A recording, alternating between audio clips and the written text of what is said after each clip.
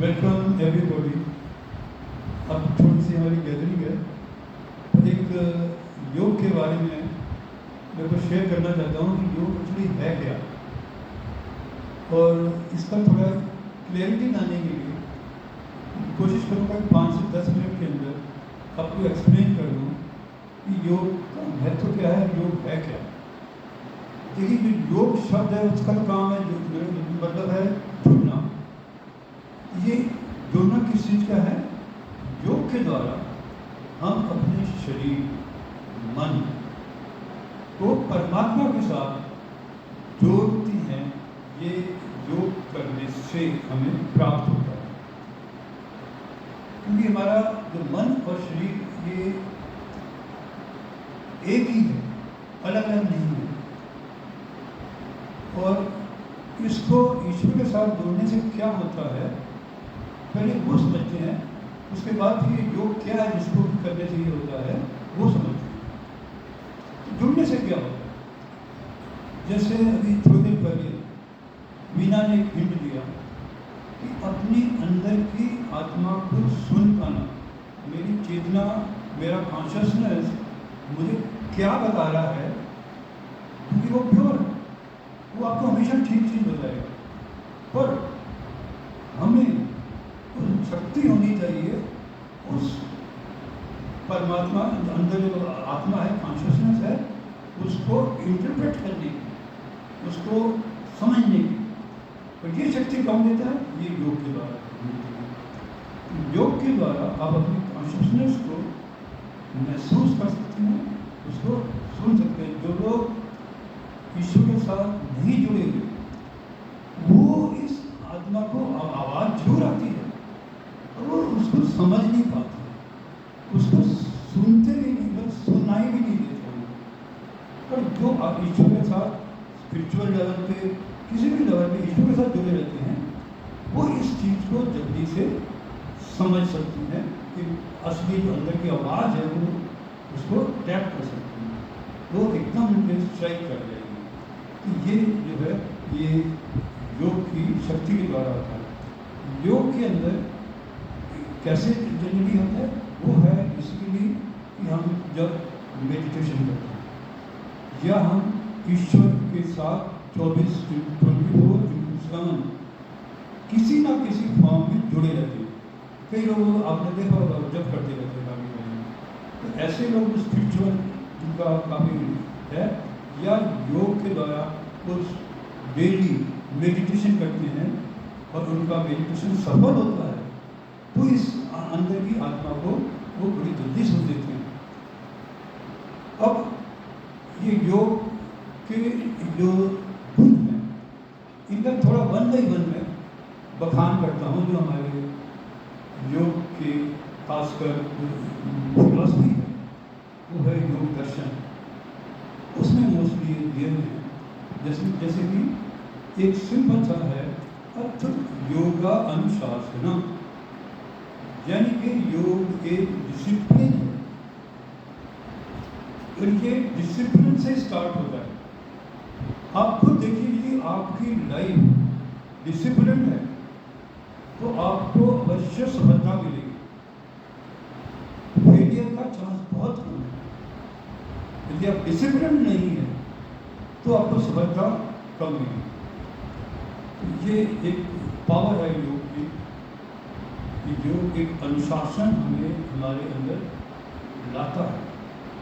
Naturally है कि जो लोग डेली योग करते हैं, उनका नियमित टाइम है, तो बाकी की जो दिनचर्या है, यदि आप योग से शुरू करते हैं अपनी दिनचर्या, तो बाकी की चीज़ें उसके हिसाब से चलती है। क्यों चलती है?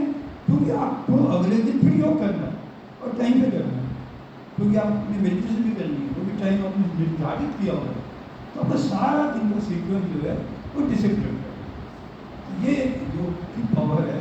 यदि आप योग करेंगे तो आपको डिसिप्लिन बना लेंगे, प्रोवाइडेड आप योग रेगुलर कीजिए।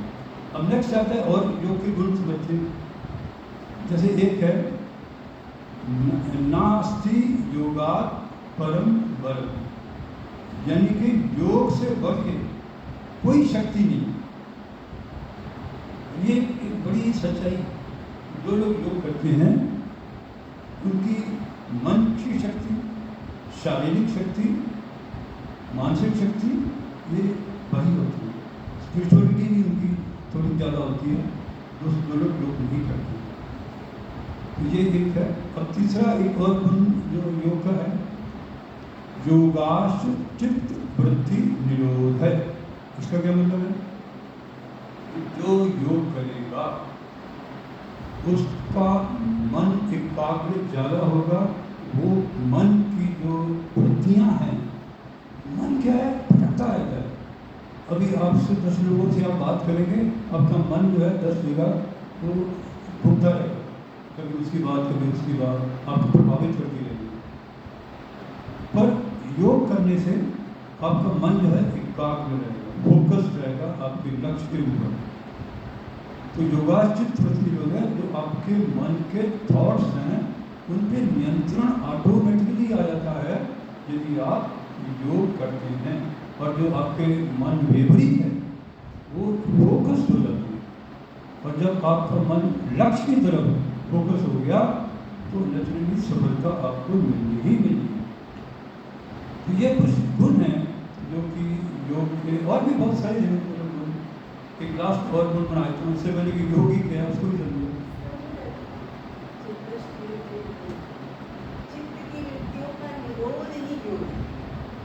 चित्त में कई तरह की वृत्तियाँ आती है, हमें ज़रूरी नहीं है सबको ही लेना है। जो अच्छी लगे उसको अपनाओ, जो नहीं अच्छी लगे उसका निरोध कर दो, दूर कर दो, हटा दो, अपने मन दिमाग से हटा दो। तो यही है चित्त की वृत्तियों का निरोध। चित्त में बहुत सारी वृत्तियाँ आती हैं, कौन सी अच्छी है कौन सी बुरी है, बुरी वृत्तियों का निरोध करना ही योग है। निरोध का शब्द हम लोग और निरोध से मतलब हाँ मतलब हटा देना। उसमें बहुत सारी चीज़ें आगे आएंगी जो योग थोड़ा भी आप आगे हम चल के बताते हैं कि योग क्या है। उससे पहले गुण और बता देते हैं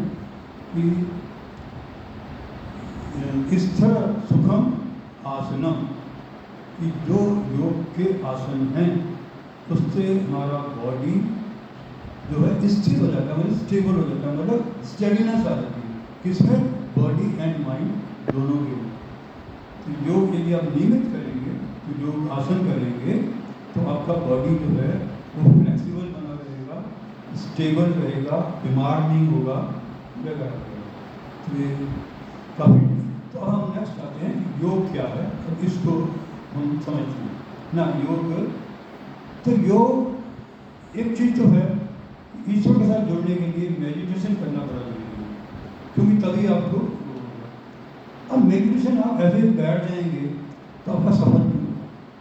तो इसलिए पतंजलि ऋषि ने योग दर्शन के अंदर जो ये पूरा माइंड साइकोलॉजी है वो उसको डिटेल में दे दिया। और वो है तो जो कलयुग के अंदर योग करने का मतलब है अष्टांग योग को फॉलो करना। अष्टांग योग क्या है इसको हम जो है समझते हैं। इसके अंदर 8 अंग। तो पहला अंग योग का है यम। यम का मतलब है कि हम अपने समाज में, अपनी फैमिली में, अपने परिवार में, अपने देश में कैसे मिलजुल कर रह सकते हैं। स्टार्ट कहाँ से करना है? अपने परिवार से। ये परिवार में हम सुख नहीं रह सकते मिलजुल के, तो हम कम्युनिटी में भी रह सकते हैं, हम और अपने देश में भी रह सकते हैं। और को भी हम आगे जैसे कहते हैं ना वसुधैव कुटुम्बकम, वो इसी का ही जो है फर्दर है कि हमारा जो वेद का नॉलेज है, जो दर्शन का, ये स्टार्ट होता है जल से। यानी कि सोसाइटी में आप कैसे मिलजुल कर रह सकते हैं।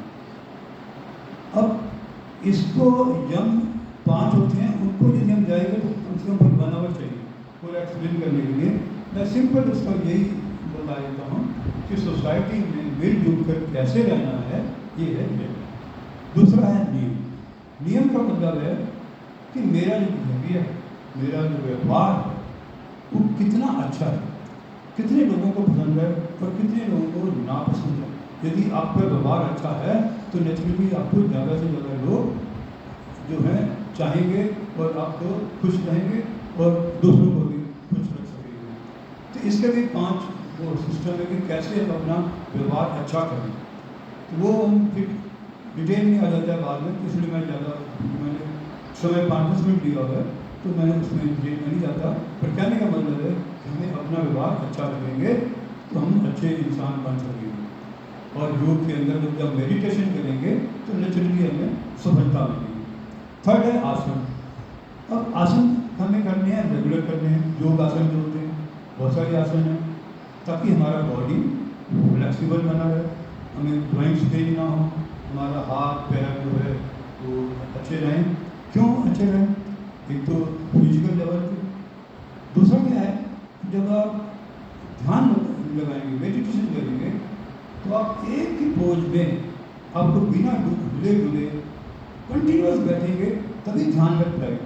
आप हिलते जुलते रहेंगे ना, फिर नहीं आपका मेडिटेशन सक्सेस होगा, क्योंकि माइंड जो है यहाँ दर्द हो रहा है, यहाँ दर्द हो रहा है, उसी में लगेगा। इसलिए आसन करने हैं ताकि मेरा बॉडी जो है ज्वाइंट्स खुले रहें, फ्लेक्सिबल बने रहें, और मैं आधा घंटा एटलीस्ट कम से कम मेडिटेशन में बैठ सकूँ। चौथी चीज़ है प्राणायाम।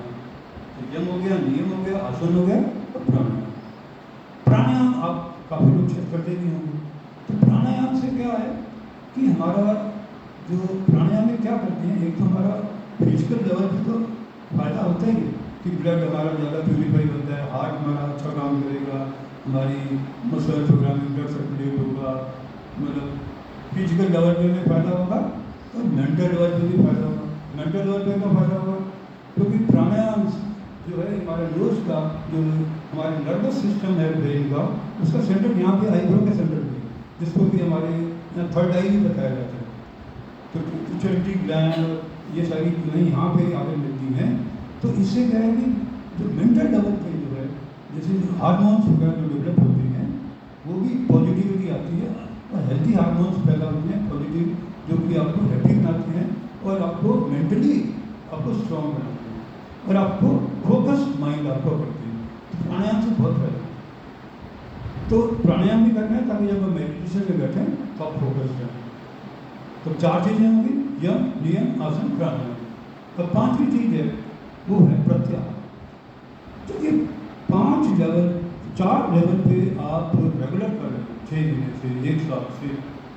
तो जब 5वीं स्टेज है प्रत्याहार का मतलब है डिटैचमेंट, यानी कि ये जो मोह माया का संसार है, जो 5 हमारे क्रोध शत्रु जो है, काम, क्रोध, मोह, लोभ, लालच, इन सब से ऊपर उठ जाता है।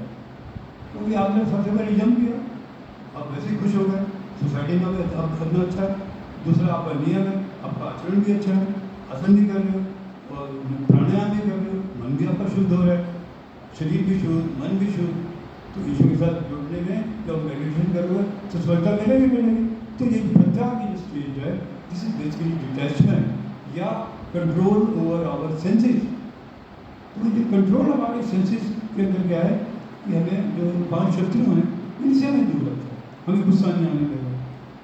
तो इस टाइप की जो ये चीज़ें हैं, ये हमें प्रत्याहार की स्टेज में हमारा डिटैचमेंट होगी, हमें सुख दुख में इतना डिफरेंस नज़र नहीं आएगा।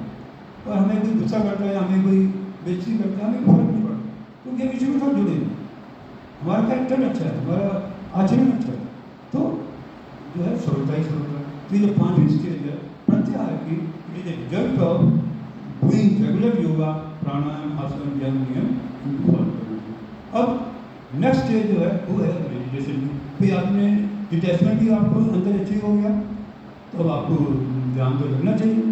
तो लास्ट की जो 3 स्टेजेस हैं वो है धारणा, ज्ञान, समाधि, जो कि आपको फोकस करेगी, आपका मेडिटेशन के अंदर ध्यान लगता जाएगा, बढ़ता जाएगा एक्चुअली। तो जो है धारणा में आपने फोकस कर लिया और ध्यान में आपका मेडिटेशन का टाइम ज़्यादा आपको मिलता रहेगा। और लास्ट में थर्ड होता है समाधि, यानी कि आप एक्चुअल मेडिटेशन में आधा घंटा 1 घंटा बिना हिले मिले आपको उस वे में आप कर सकते हो। ये सफलता मेडिटेशन में जब मिलेगी तो आपके अंदर की जो आत्मा है वो आप उसको सुन सकेंगे, आपका स्पिरिचुअल डेवलप हो जाएगा, आपके सफल होगी जो भी आप बिजनेस कर रहे हो, अपना कैरियर है उसके अंदर। और ये सब जो है ये जो योग का जो अष्टांग योग है इसको फॉलो करना चाहिए। तो इसलिए जो है एक ब्रीफ के अंदर हमने 5-10 मिनट में आपको एक्सप्लेन करने की कोशिश की। तो ये है हमारा अष्टांग योग, जिसको कि हम अडॉप्ट करेंगे अपने जीवन में तो सफल भी होंगे, हेल्थ भी अच्छी रहेगी, माइंड भी अच्छा रहेगा और मिलजुल के हम लोग रहना भी सीखेंगे। तो ये था, कोई क्वेश्चन वगैरह तो आप पूछ सकते हैं।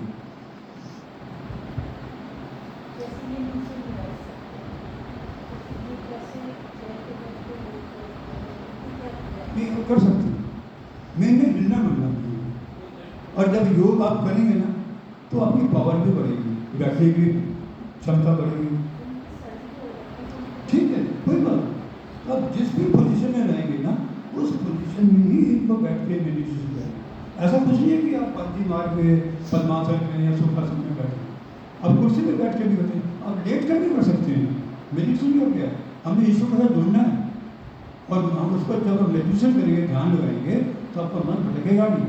मन भटकना नहीं, मन तो भटकेगा पर आपने उसको वापस लाना है। भाई मैं मेडिटेशन कर रहा हूँ, अभी कुछ सोच विचार मत आने दो, उसको दूर भगाना है। ये जब रेगुलर प्रैक्टिस होगी ना तभी आपको achievement.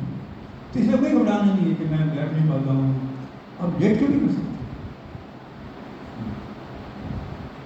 Meditation in very simple line में लोगों को लगता है बहुत बड़ा उपाधि लेने वाली बात है। It is a state of zero mind. हम अपने माइंड को बस ये बता दें कि थोड़ी देर के लिए रुक जाए यार, शांत हो जाए और आप अपनी आंखें बंद करके शून्य को देखें। बस आप शून्य पे अपना ध्यान केंद्रित कर दें, मेडिटेशन होगी। ये लेवल 1 है। उसके बाद आप ओम को देखें शून्य की जगह और भगवान से बात करनी शुरू कर दें।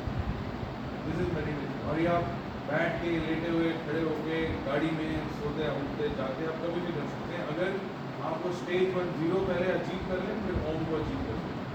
This is meditation. इसका मैं टेस्टिंग बता देता हूँ। यदि आप मेडिटेशन डेवलप करती हैं और आपका कामनेस आ जाती है, एक जिंदा दिन पीस रहते हैं, हमें ज़्यादा आपको गुस्सा उसा नहीं आता, इसको मतलब सफल हो जाए। नंबर 1। नंबर 2 कि आप को टाइम का पता नहीं चलता, आधा घंटा बीत गया पता नहीं चलता। जब स्टेप से स्टेट आ जाए, हमने जैसे शुरू में किया 5 मिनट बीत गया आपको पता नहीं चला, 5 मिनट बीत गए और मन भी इधर नहीं करता। तो ये सफलता जो है ये आपको फील हो और एक पीरियड। हाँ,